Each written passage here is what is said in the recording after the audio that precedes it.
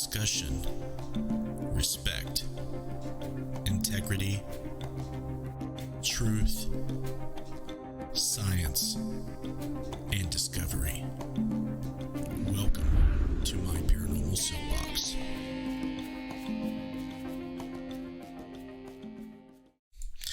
Hello and welcome to My Paranormal Soapbox. I am your friendly neighborhood ghost hunter, Justin Brown. Welcome to another episode. I do not see my chat up on the screen this time, so if someone would chat, let me know if that's working. But thanks again for joining me this week. It's another crazy topic. We're going to be talking about the Panasonic RR DR60 and its validity.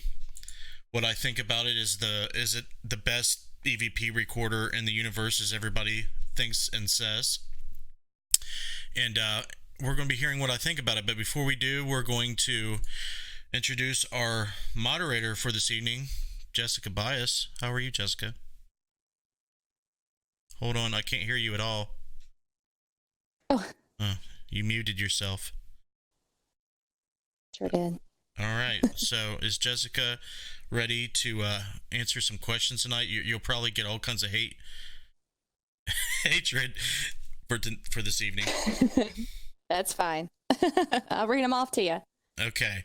If you guys have any comments, questions for me, I'll periodically go to Jessica and have her read off the comments and questions.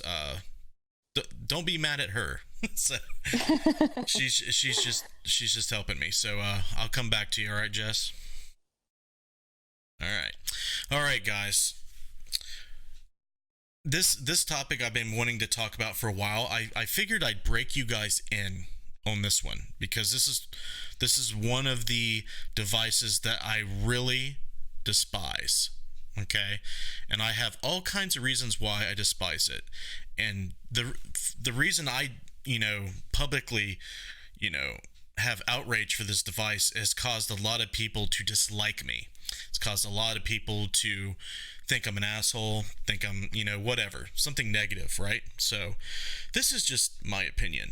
I am not an expert, I'm an authority, but I am an educator, and I do research exhaustively on everything out there that I can possibly find and see in the paranormal community. So with that being said, you guys, if you disagree with me, that's fantastic. Okay, you do not have to agree with me to watch a show, to be my friend, to be a part of this paranormal community. You don't have to agree with everything I say on these topics, but I encourage you to keep an open mind and at least agree to disagree and respect my point of view and understand why I say the things I do about the topics on this show, because that is the importance of it. It's not whether I'm telling you you're wrong and I'm right. It's the importance lies in why I don't think like others think. It's like a freedom of expression. It's like I'm free to choose what I believe in. And there's a major problem in the paranormal community where people who see others that oppose their beliefs as enemies, as someone who's trying to, strike them down or oppress them. Okay, and like the methodology they use and the devices they use, they don't want to see their evidence and methodology discredited in any way. So what I'm saying is not to discredit your work. It's just an opinion and just useful information, possible useful information that you can use as you move forward in the paranormal. Okay, so somewhere along the line, Panasonic recorders started to show up in the EVP research community.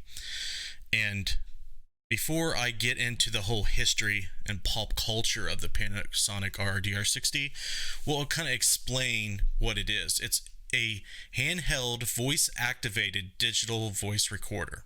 Okay, it's 20 years old. 20 years ago, Panasonic came out with this keychain recorder. Okay, it had you could put it on your keychain and just carry it everywhere.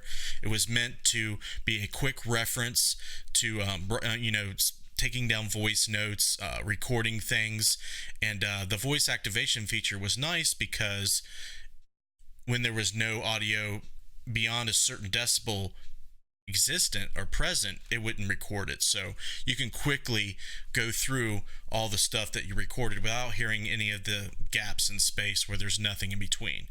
So a lot of EVP researchers thought, hey, I hate listening to hours and hours of nothing on recording. Why don't I just, use the RR DR60 so I don't have to waste so much time?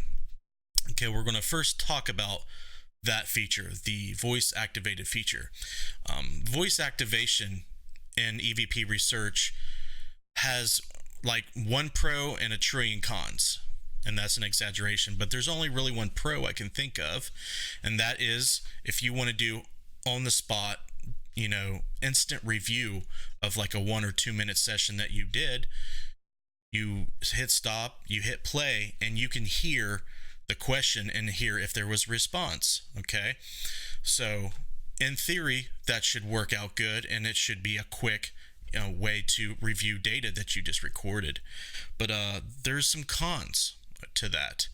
Okay, for one of the cons is when you're listening to nothing, okay, you really don't get a sense of the timing that you record something. So if you do a 2 minute, 3 minute, and even beyond 3 minute, the longer you go to record a voice activated session, the easier it is to get lost and, lose sense of the timing of when you ask the questions and when you hear a response, if there is one at all. So that creates a sense of confusion. And I've been, involved with many EVP sessions that people were using the DR60, and this has been a huge problem. They can't find out, or they're not very cognizant of when that happens, especially if it's 3, 4, 5 minutes long. They don't know when the voice happened in timing with their question. It just seems like if there is a response there or alleged response there, it's right after they ask a question. And that can cause a false sense of timing when it comes to EVP research. And the timing of the response is crucial, in my opinion, in all EVP research. So that is a con. Another con is you'll see a blinking light, and when your recorder, your DR60, is hearing and picking up sound, it'll stay solid red. Okay, and when it's not picking up anything, it'll blink.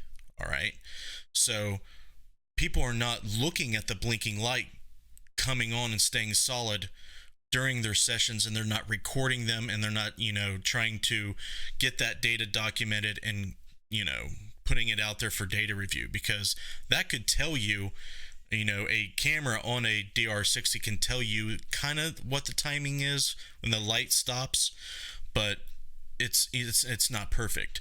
But since a lot of you folks out there that I see doing research with the DR60 not doing that, it's a problem. Now I see a lot of people, they'll present evidence and they'll have the DR60 blinking in the background, and then they'll put an EVP where they think it came across, but the light's still blinking, so it doesn't time up with their question. So that's really a problem.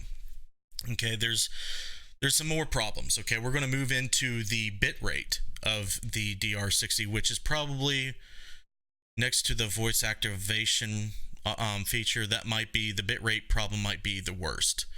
And the reason why it's the worst is it's 20 years old. Okay, and it's got a bit rate of like 6 kilobytes per second, I think. Six bits. No, it's the sample rate's 6 bits.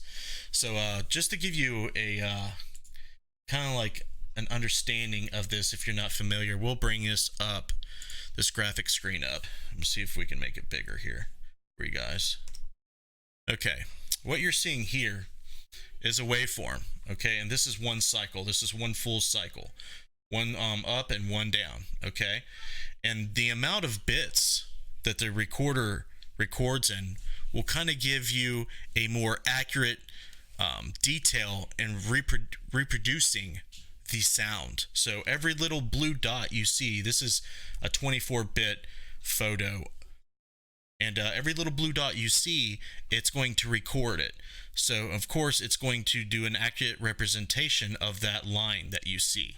Okay, if you go to 16-bit, I think this is 16-bit, it's a little less accurate. Okay, there's less points there.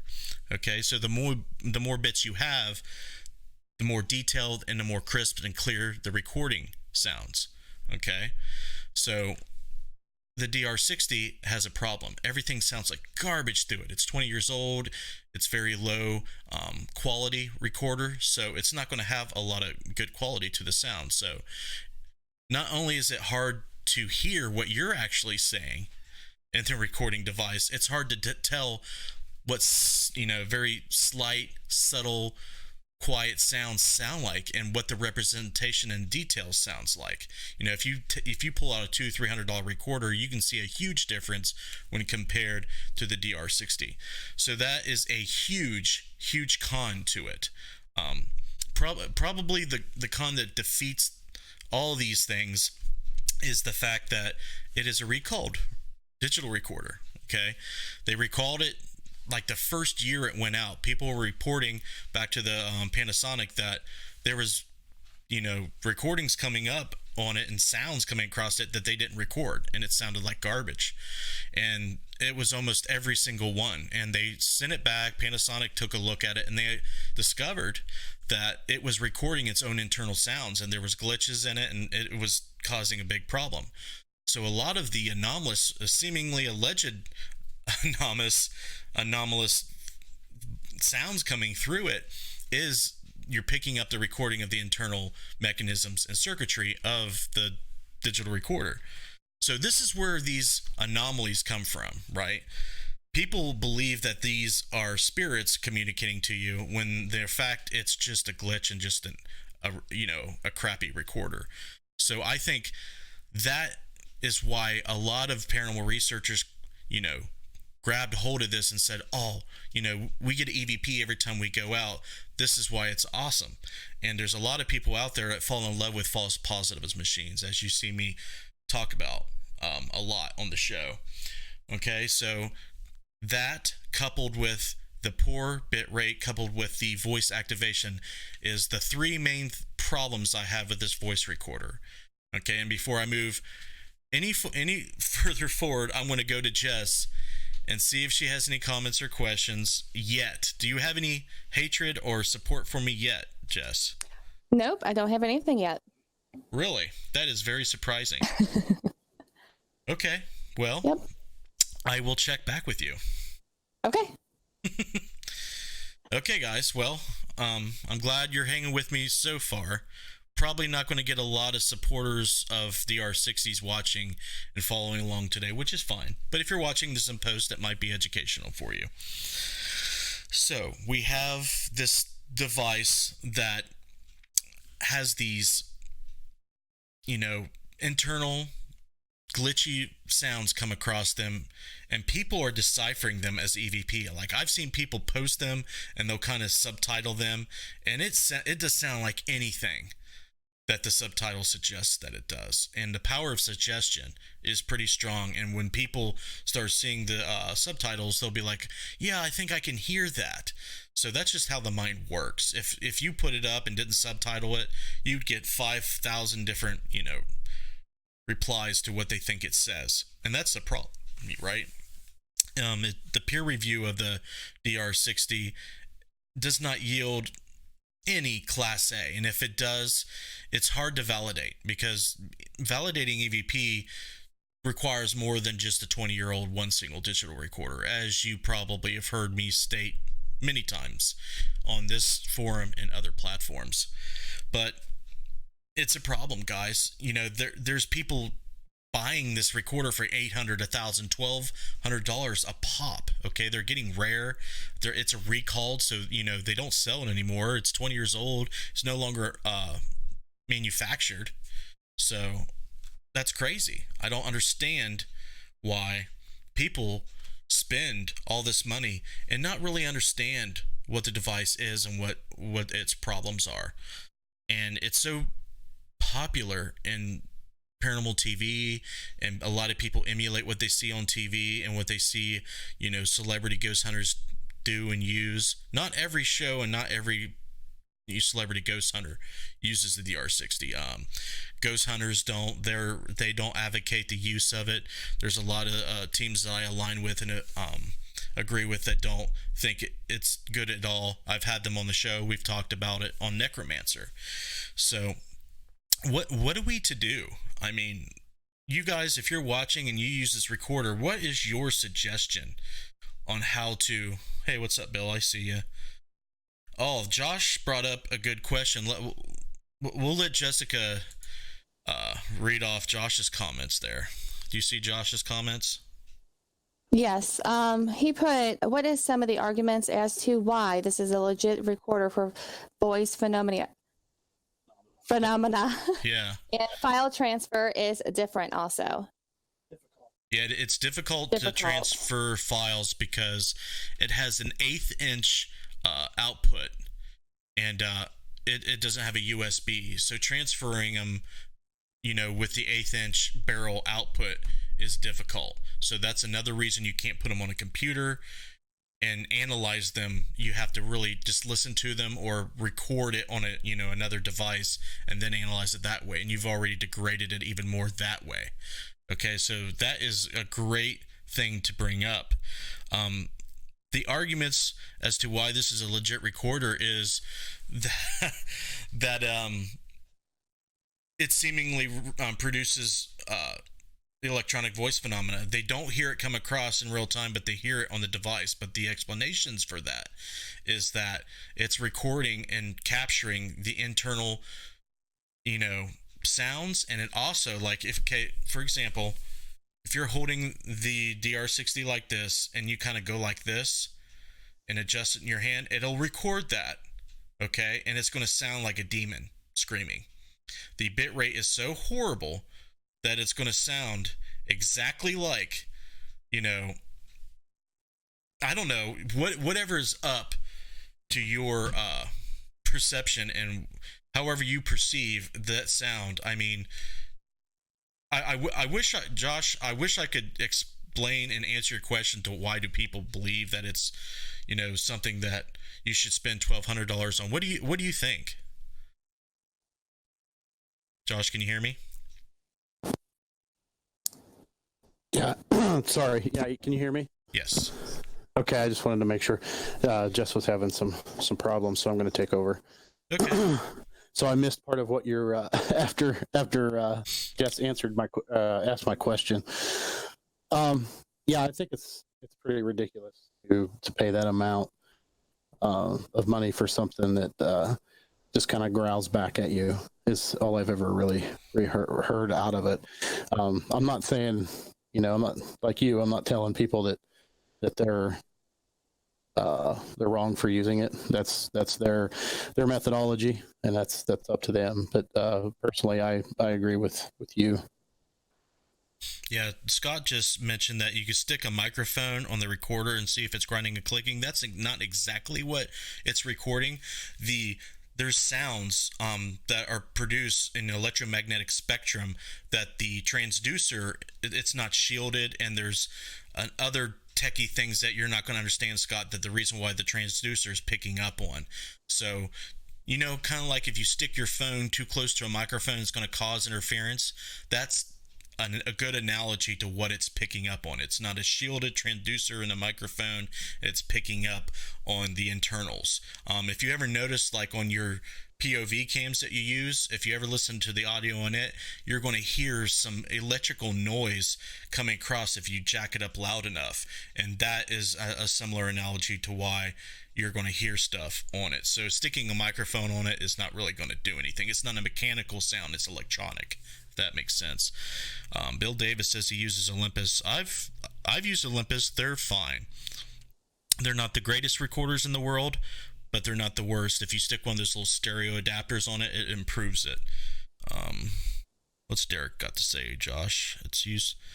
Derek says it's used by every television show on right now, so they can get evidence to put on so people think it's the best thing going.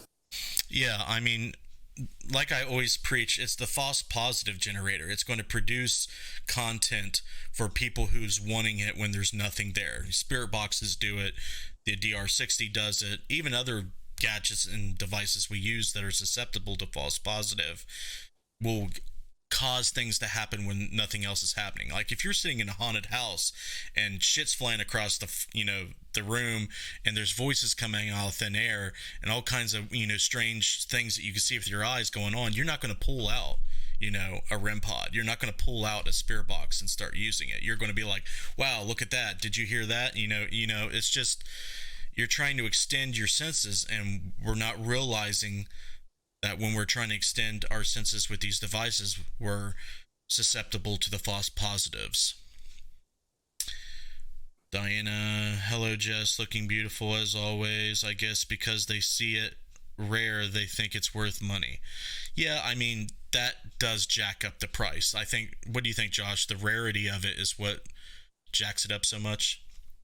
That and the pair of celebrities using it, I would say, jacks up the price as well. I wonder if they get kickbacks for that. Jesus, Panasonic don't make it anymore. Right. I tell you what, I'm surprised that a recorder company hasn't released it again and said, hey, this is an exact copy of it. Here it is for $400. Right, with maybe better bit rate, better sound quality. No, you don't want better. You don't want better stuff, because you'll actually hear what you're recording.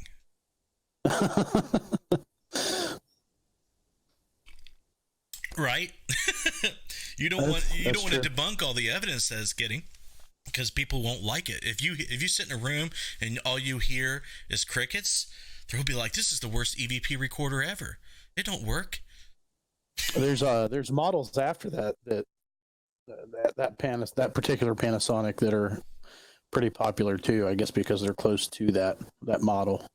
They're up there in price too. Mm-hmm. Yeah, Bill says he uses the stereo kind, and that's way, way, way better. You kind of get a spatial sense of where the sound's coming from, and that's really good. And it's possible that you get the left channel or the right channel to get something where the other channel doesn't.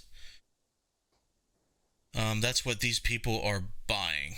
Yep, it's bad, guys. I'm sorry that you use it. I'm sorry if you spend all kinds of money on it and I'm trashing your device. I apologize. But if we're going to push the research forward, okay, if we're going to try to be honest and truthful with ourselves, we have to be more skeptical and hold up what we present as paranormal to more scrutiny than we are, currently, especially using the DR60. Okay, guys, you're better off going out and buying a 40-year-old analog voice recorder. Okay, that's going to sound better and produce more results than the DR60. I have audio engineering background. I have been recording sound since I was 16. Okay, I think even 15. I don't know. I used to be in little garage bands, and then once I get closer to my 20s, I started actually setting up sound for bands. I started doing my own recordings and mixings for bands, and then I got into audio and video production, and I've been doing it. I do it all the time. So you have to learn the tricks of the trade. You have to learn all the information to understand how the recorders work, understand how the devices internally work. I have shows and tech talks describing the internal components of all the different microphones and recorders that are used, and it doesn't get very many views, but I swear to God, if you put a DR60 up next to a doll on a live cam, it's going to get 1 million views, and that's crazy. That's absolutely crazy that's what people flock to. Josh, have you been reading these comments? Nope. Yeah. Bill Davis says that's what these people are buying. They're buying China fakes. Oh, like a copy of the Panasonic one, or the actual Panasonic one? Well, I've heard of people getting ones from Japan. A Japanese version of it. I guess it's the same version. It was just sold in Japan. There are different model numbers that are very similar to the DR60. So, people that may not have the DR60 may have a very, very similar version that does pretty much the same thing. But I don't know if it's recalled like the DR60, so it may not have the same problems. So you definitely want to look into. I mean, we're talking 20 years ago. It's probably going to be hard to find the information on all the recalls to these devices at this point. But if it's recalled, Josh, I mean, okay. I want to ask this question to you, buddy. Okay, if you bought a car, okay, and then your car company says, dude, your engine is recalled, what would you do? Oh, I'd take it back. I rely on my vehicle. Right. So if we're doing paranormal research and relying on the digital recorder to do what it's supposed to do, and it was recalled, you would not use it and you'd get a new one that worked, right? Right. Okay, so why do you think that paranormal researchers, knowing that information, they're confronted with it, they're hearing me talk about it now, why do you think they'll keep on using it after knowing? I mean, you don't take my word for it. This information is public knowledge. Why do you think they still use it even after knowing that it's recalled and what they're getting is most likely the internal sounds, electrical sounds, and all the noises that you use, you record from handling and whatnot? And I mean, what's the Well, first off, I've read posts saying the same things that you're saying. Yeah, the actual specs of the recorder and the old technology and everything. Second, I'm not real sure. Maybe people don't want to try a different method. Maybe, they solely believe that this recorder is working to their advantage and giving them all these EVPs, which is, I mean, that's fine. I'm not, I'm like you. I'm not gonna just put somebody down because they're using a method that I don't like to use. But me personally, they're coming out with better things. The recorders, I mean, the sound is phenomenal, and the video quality of the video cameras and everything is really good. Why not move to a better quality piece of equipment? I mean, you can get the cheaper equipment. I mean, still has really good sound. So I personally would want to upgrade my own equipment just to make those EVPs clearer. Yeah, the Class A's anyway. Right. I don't know why my comments are, sometimes it works, sometimes it don't. I don't know why that happens, but my take on it is, Josh, is cognitive dissonance. And what that means is you believe strongly in one thing, but here you have information that opposes what you believe in strongly. And that gives you stress. So it's stressful for you to admit and come to terms with what you've just found out. So you deny and you stray away from change and acceptance because of the stress. And the stress is also compounded by you have, like, say, 5 years of evidence on your DR60. Now you have to throw it all out. You see what I'm saying? Well, and how do you transfer it? The files? Yeah. There is an 1/8 inch, the little itty bitty 1/8 inch barrel plugs. It's on the side. Mm-hmm. So when they sold them, they didn't come, you didn't get a cable. Now, you could probably find a cable. I actually have the cables and adapters to transfer it because I'm a nerd and I have every adapter I can see and find. But you get an 1/8 inch on one end and, like, say, a 3.5 millimeter on the other. One way to transfer it is to take it from one recorder and record it onto another one, is using a line-in recording. So what I've done is recorded it on, like, a Sony, ICD PEX333 or whatever they are, straight from the 1/8 inch output. And you can get it on another recorder, and then you can use the USB or the SD card to transfer it. I've also seen the 1/8 inch to USB, but those are rare. I think I seen them like 10 years ago, but I don't know if they make them anymore. Now, taking that to it real quick before we get to these comments, taking the file from that recorder, like you said, with that adapter to another recorder, does that affect the quality of that file also? No. No. Okay. As long as the data stays intact through the transfer, it's fine. Now, if there's a poor connection somewhere in the system, that can affect it. If the adapters you're using aren't shielded very well and there's some EMF around, sure, that can introduce some noise. But okay. As for the comments here, Bill Davis commented white noise. I'm not sure what he meant, but that was probably about something we were currently talking about at the time. I'm with you guys on the audio and video. That was Bill Davis. Diana Wolf, she says, I think they still use it because they can fake getting stuff to impress those who have no clue what is going on. Sad. she doesn't pull any punches. No, she speaks her mind. Bill Davis in real time. So 2 hours is 2 hours.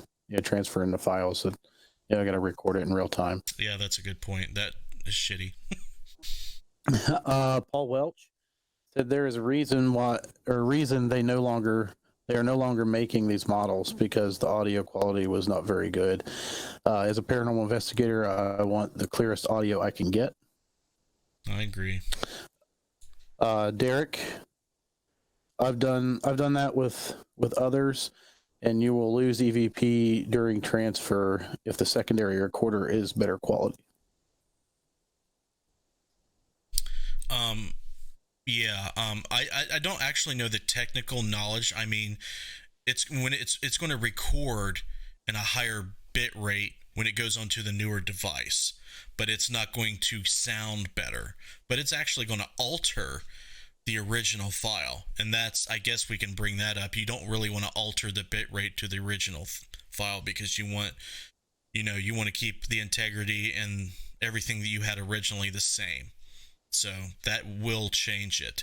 So yeah, he may have a point there that there may be something unfavorable going on during that kind of transfer. My mini DV camera was the same way, went to SD cards now. Mm-hmm. Yeah, you got to keep up with the technology. I've heard, what's his name from Ghost Hunters? What the heck's his name? He's not with them anymore. You know who I'm talking about? From Ghost Hunters? Yeah. You talking about Grant Wilson? Yeah, Grant Wilson. I had a brain fart, but I listened to a video that he kind of vlogged about what he thought about EVP, and he said something interesting. He said he really doesn't like to use anything digital. He likes to use analog tape. He says that since it's magnetic, that it should capture EVP better since the phenomena might have some type of magnetic properties. But I found that to be odd, that we're getting more frequent and better sounding EVPs now on the newer devices than we were when there's analog.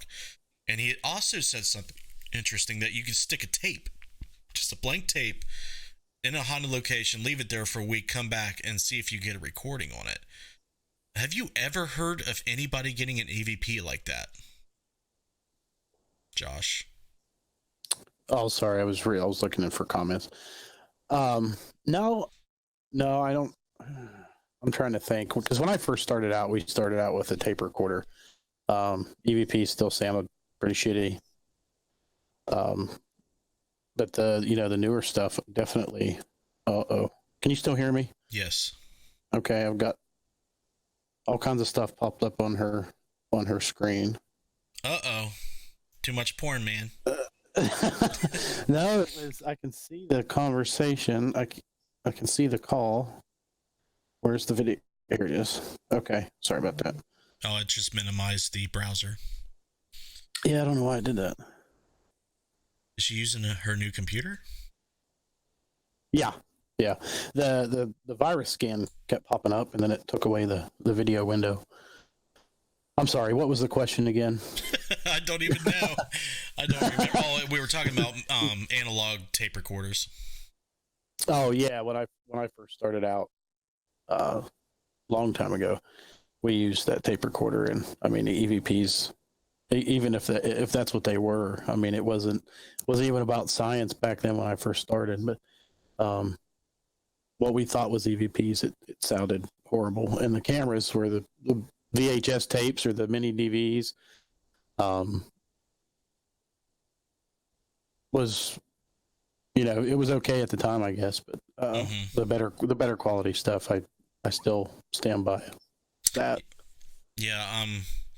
The whole endeavor seems like it's not going to get anywhere when you just turn on a recorder and listen for things that you don't normally hear that you're hearing in playback, or if you're taking a photo with the camera, you're not seeing anything, but the photo picks up these anomalies. That should be a red flag right away. If you're seeing them on camera and not your eyes, you have to ask yourself why. Is the camera seeing things that you can't? Well, that may be true, but you're going to have to move ahead and say, okay, how can I prove my idea is correct?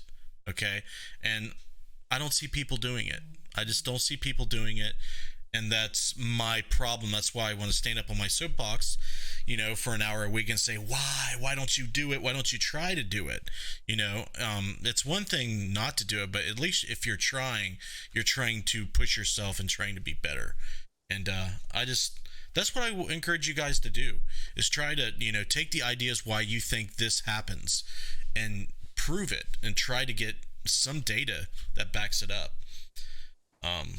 Do you want me to read the comments? Mm-hmm. Excuse me. Scott Carter said, I have an old school Ed Warren type tape recorder we can use to try that experiment. He is more than welcome to. Derek said, my parents also said, if I played the Rolling Stone albums backwards, they would play devil worshipping chants. Now, Derek, you need to come back. Your next comment is going to explain why people heard demonic voices. What's the psychological term behind why people hear things when they hear it backwards? That's see if you've been doing your homework. Let's see. Bill Davis says tape definitely picks up inner gear noise. Absolutely, it does. The mechanical noise is like horrible, especially if it's cheap. We were talking about newer equipment and stuff. That Sony AX100 that I use. Remember when I had a recorder on the same rig and I had it in autofocus, it was making all those noises and the recorder was picking that up. I had to put it in manual focus, which ended up being better, but it picks up a lot of that noise as well. Yeah, we should try recording with an external recorder again in manual to see if it's quieter. Didn't think about doing that. Yeah, I'll definitely have to try that. Let's see. Hello, Patrick. Holly's watching. Matt Irvin's watching. Why don't you read Holly's comment? You don't want to leave her out. Oh, I didn't get to that yet. Okay. Bill Davis said infrared or ultraviolet. Question mark? No, there's no question mark. All right. I'm just going to assume that there's a question mark there. Infrared or ultraviolet? If that's a question, I do not know. They're two different ends of the spectrum of outside visible light. That's why I like doing research. Me and Derek have the same camera, but it sees different light. His sees the full spectrum, and mine only sees infrared.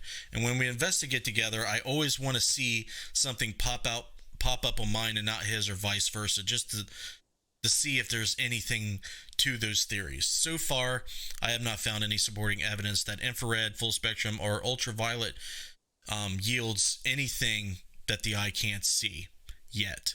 I actually haven't seen anybody, come forward with any convincing evidence to me that the theory holds any truth. And then, of course, there's Holly says, Josh Bender, I love you, and you too, Justin. Y'all be looking fine.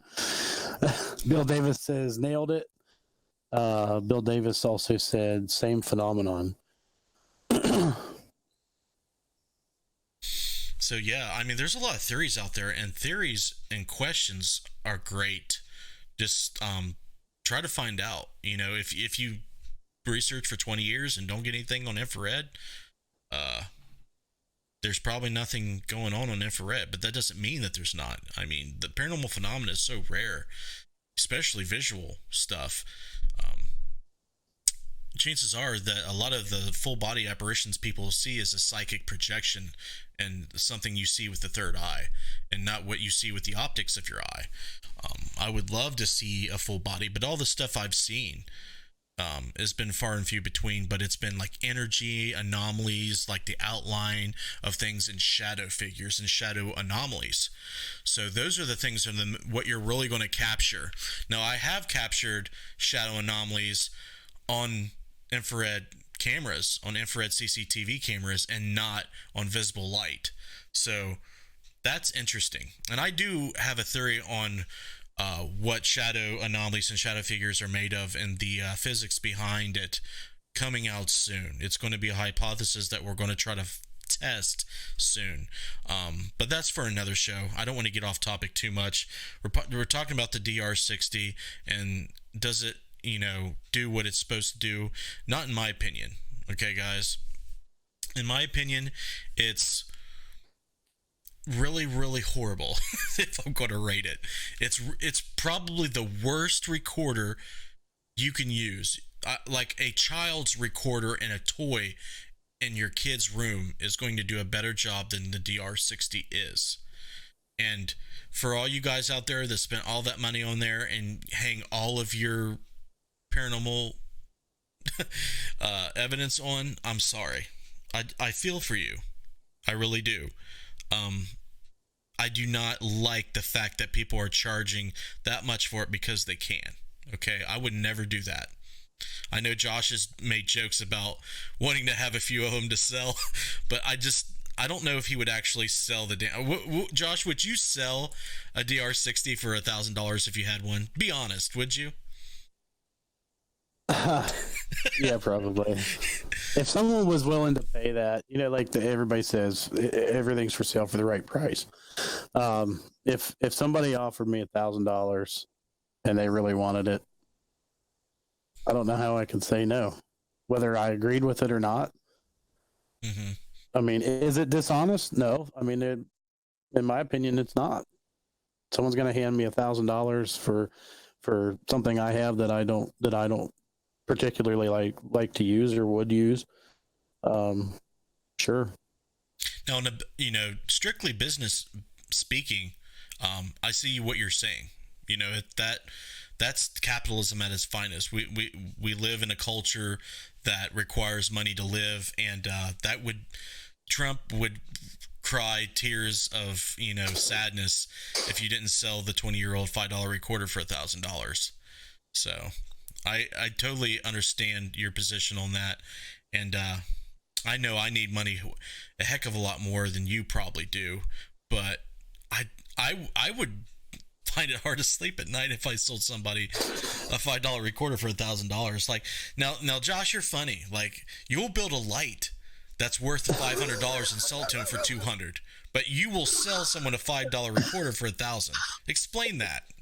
I was thinking the same thing whenever I said that, but I don't know. I think I price things the right way. It's not, I'm doing it more for a hobby. It's not more for the money. Of course I need to get paid for my time for building the lights and everything. But, I try to price them in the middle so that they're more affordable and higher quality than the real cheap lights. So I have a theory. But I just think you just want to take their money because they're dumb. I'm not going to say anybody's dumb for using it. Whether I disagree or I don't. I wouldn't say that they're dumb for that. But I kind of take that back. I would put it up for auction to the highest bidder, no reserve, and I would just let it go. That would make me feel even better about it. Fair enough. Because it takes all the blame off you. Right. There you Let's go. go back to. You want to go back to some of these comments here? Yeah. Okay. Let's see. Bill Davis said, "Good job, Justin." George, I'm probably going to slaughter this last name. I'm sorry. Shoplin. He said, "Perfect topic." Patrick Griffith. He said, "Voice recorder with best results in my experience is the RT EVP. Used many. They're still my favorite." Yeah, that's Gary Galka's. I've never had a chance to use that, but he makes good stuff. Holly Mullins says, "It is hard to document something when it is on another plane. So yes, it is few and far between." She also said, "I just wanted to stop by and show love. Y'all have a great night." Thanks, Holly. Bill Davis. That's like the first gen of digital recorders. Yeah, the Panasonic, they did come out. I think Panasonic and Sony was coming out with some. I'm not sure about that, but yeah, around the turn of the century, digital recorders were bad, especially Panasonic. Now there were ones that were okay, but that was like the bottom of the barrel digital recorder. I think at the time they were only selling for $20. So I wouldn't buy a $20 recorder now. Steve Wills is watching. Corey Heinzen, he's on.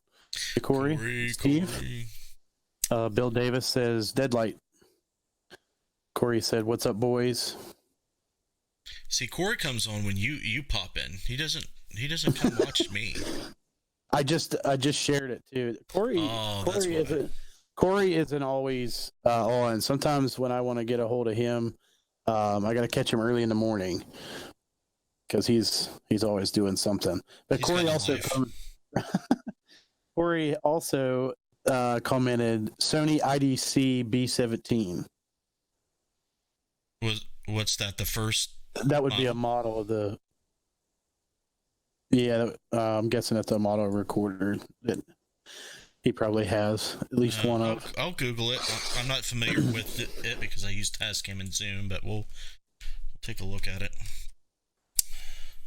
While you're looking that up, Derek said, "I found a lot about schizophrenia and auditory pareidolia."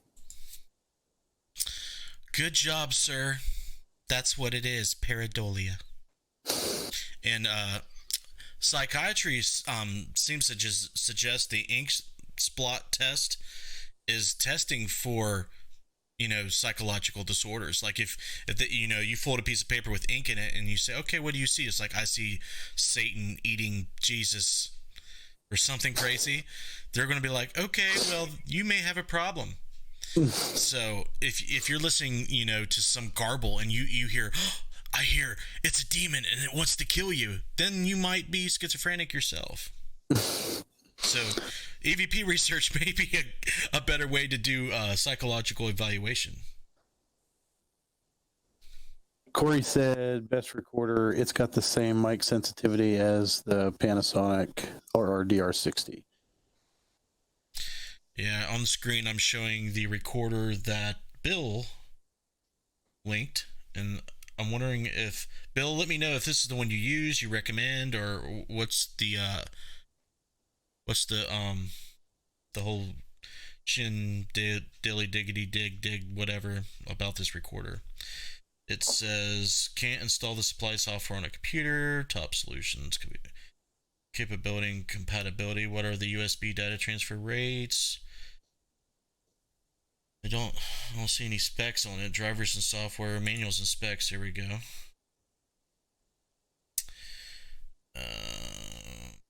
Marketing specifications. It's got up to 300 minutes of recording time, 16 megabyte built-in flash memory, slim style design, 2 file folders, up to 99 messages per file. This is an older one, I'm thinking. Bill Davis commented, said that looks just like it. Yeah. I just Googled it, and that's what came up, dude. It's not giving me any stuff that I want to see, like the frequency response and bit rate, but Yep, there it is. I So, have some of the smaller Sony recorder. Well, at least one of them, and I mean it's a nice little recorder. yeah, you use the same one, the one you get from Walmart, right? I think it came, yeah, that and Staples, but it has a micro SD slot plus I think it has internal memory and a also a USB cable slot, USB plug. It's all about the voice activated recording. Why do you say that, Corey? Why do you rely on that? What is it that you like about voice activated recording?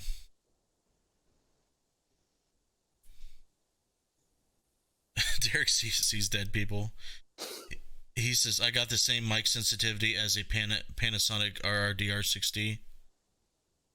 Oh, Yeah, I read that earlier. He was saying that recorder had the mic same sensitivity. So, Corey said, because I'm lazy.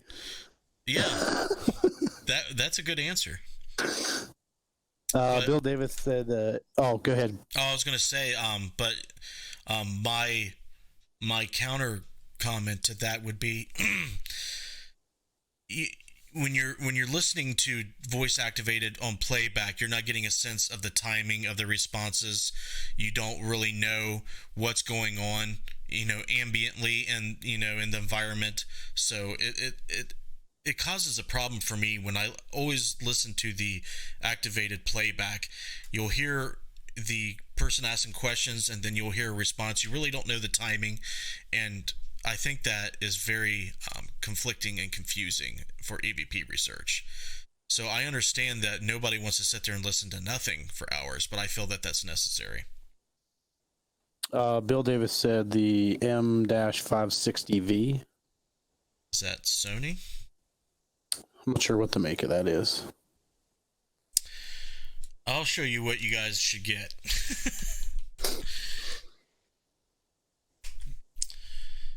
I'll show you what you guys should get. Scott Carter said Vox contributes to audio pareidolia. Vox? Vox, VOX. Oh, yeah.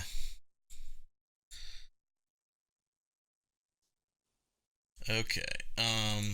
This is the one. If you want to know what we use, this is what we use. We use the Zoom H4n and the H4n Pro. I would like to have an H6, but the H4 works really, really good. Tascam makes a similar model. The lower one is the DR40, and they have better versions out there, but this is about as low as I go on the recorders that we use. So the reason why I would use these type of recorders is you can jack up the quality of these things all the way to 24-bit and 96,000 kilohertz sample rate. I mean, you're going to get fantastic detail in your audio quality, and you can let's see this image here. You could see the XLR inputs. I mean, if you're doing audio production for your video or just audio production, you can plug in microphones that have XLR or 1/4-inch 20 line in there to the recorder easily. So that's what makes this recorder freaking great, because it's so versatile and such a good recorder, and they're not very expensive anymore. I think you can get the Tascam for about $150, and on Amazon you may be able to get it for $100. Yeah, I don't remember what I paid for that Tascam. It was around $150, I think. Patrick Griffiths, he says the 8 gig Olympus has been decent on last 2 or 3 for something under $100. Mm-hmm. Bill Davis said that was a Sony that modeled it. Okay. Corey Heinzen said very true. It was probably back whenever you were talking about the voice activation there. Bill Davis, Zoom is badass. They have those video cams with this onboard. It would be cool to convert to IR. We know that Paraholics does that. what is that? The Zoom H. It's like a H2 recorder, but it has the what is it called? I forget what it's called, but it has the HD camera in it. Yeah, it's the Q2. Q2. That's Zoom what it was. Q2. Yep. That's I definitely want to try one of those out. They're easily converted to full spectrum. You can just use SJ Cam 4000 lenses. It's the same thread. You just take out the lens to the Q2 and thread in the SJ Cam lens, and boom, you have 160-degree full spectrum. And the audio of them are good because it's Zoom. Zoom makes good stuff. Mm-hmm. Corey says, well, that's good to know for when I win the Powerball. What does he want to win the Powerball for? For I guess what you're talking about, the Zoom recorders and the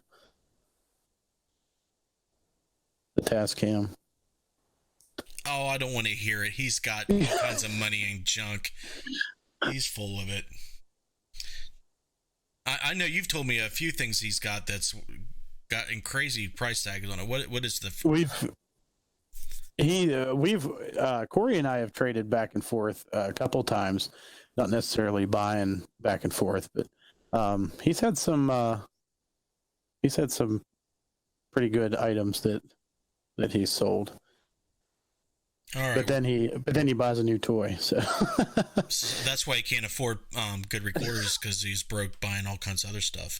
Before we end this broadcast this evening, I will let you know that this is what I primarily use for EVP research. It's an RVPR, which David Roundtree first started proposing that you plug in some external microphones into a recorder and try to get voice phenomena to come across one of the mics instead of all four of them, and especially not the middle ones. They're trying to isolate the phenomena to prove a hypothesis that it's manipulation of the microphone itself.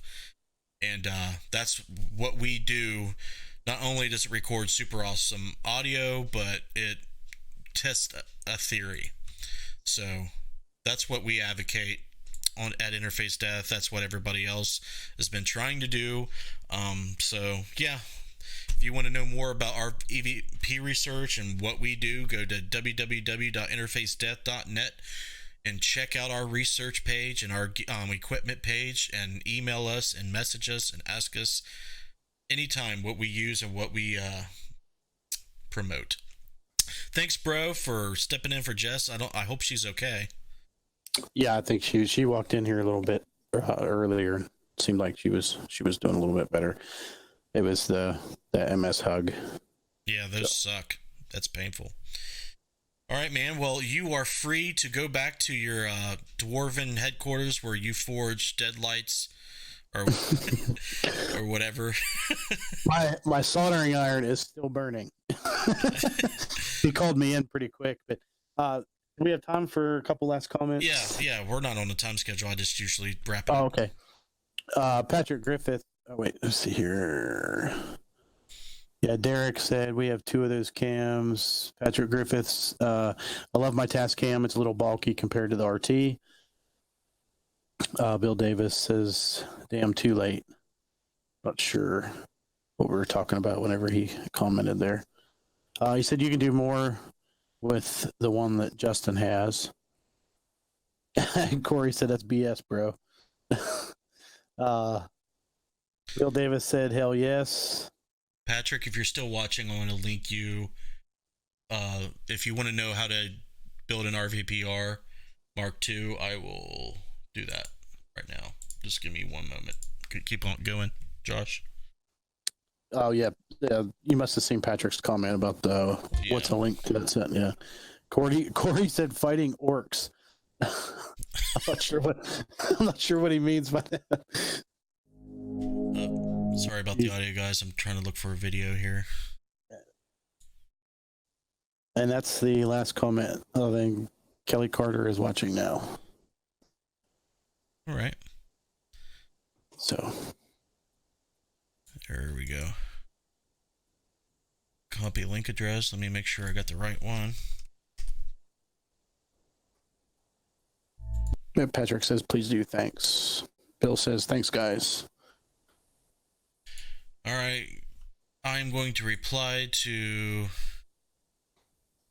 Patrick. There you go, Patrick. That's all you need to know with all the links. Thanks, Josh. You've been very helpful. Thanks for jumping in, and I will see you and talk to you later. All right. Have a good night. You too. All right, guys. Thanks for joining me tonight. The hour always seems to go by really, really fast, but I appreciate all the support and all the questions and comments that I get each and every week. It means a lot to me that I'm able to reach out to the community and make an impact, do something, really cool, and build some respect and earn some trust and do all the good things to strengthen the paranormal community. So that is very, very important to me. So what we need to do is direct you guys to www.interfacedeath.net so you can learn more about the paranormal research that I do. And you can join me next week on Tuesday night at 8 p.m. Eastern Daylight Time for another topic in which I don't know right now, but you will find out Monday or Tuesday what I'm going to be talking about. If you have any suggestions for what I should talk about on this show, comment on this video or shoot me a message on my blog, Justin Brown blog page, and I will consider it. If you want to support our paranormal work, there is something you can do outside of... Here, let me adjust this. This is bothering me. There we go. Alt. There we go.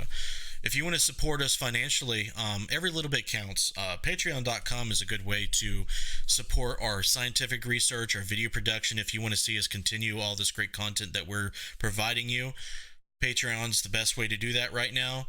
Go to patreon.com/support Interface Death. The link is in the description of this video.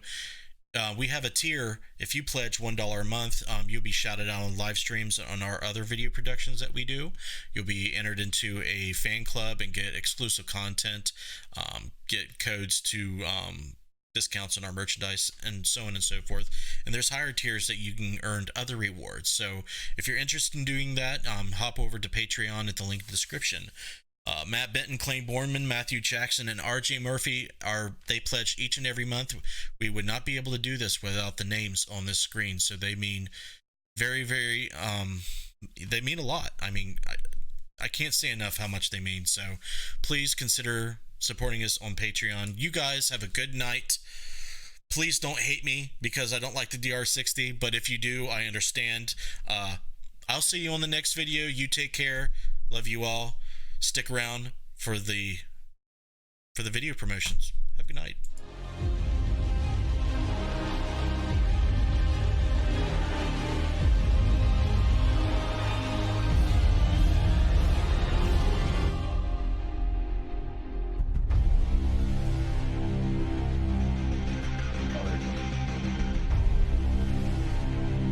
Oh, I was watching I was going to watch the...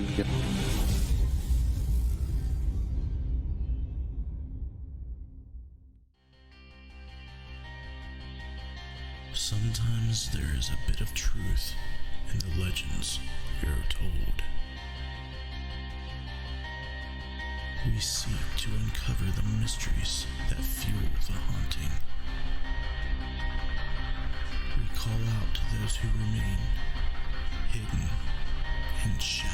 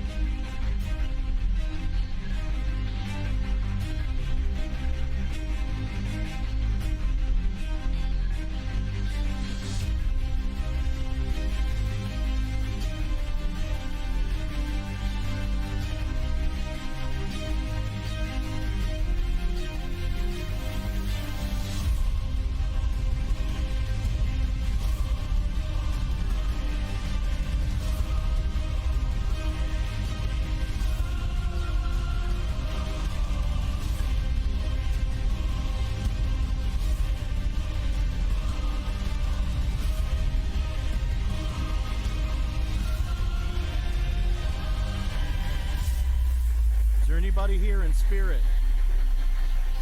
Would like to communicate. We're trying to figure out if there's someone here. Is that you?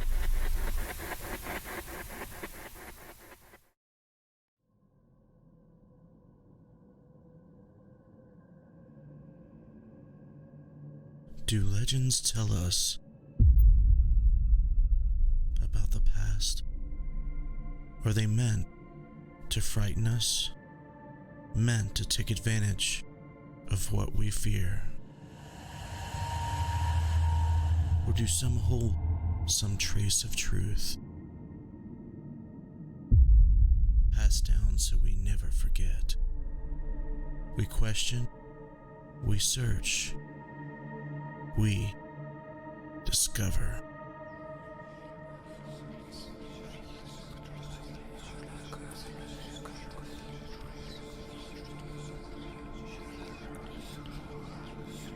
We discover portals to the past.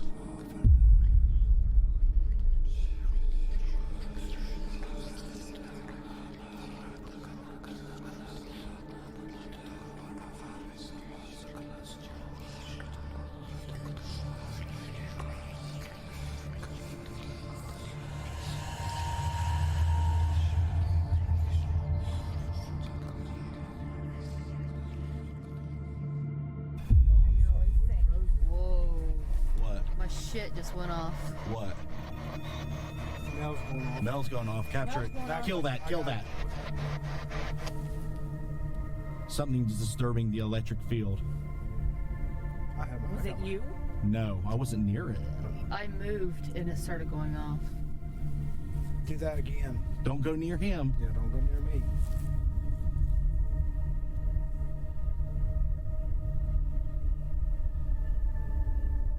Just did that, do it again.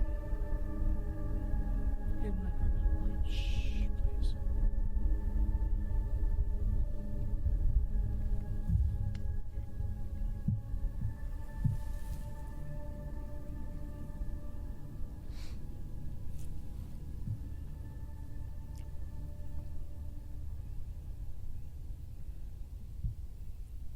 Is there someone here? You can come up to us. Did you guys whisper? No. Mark.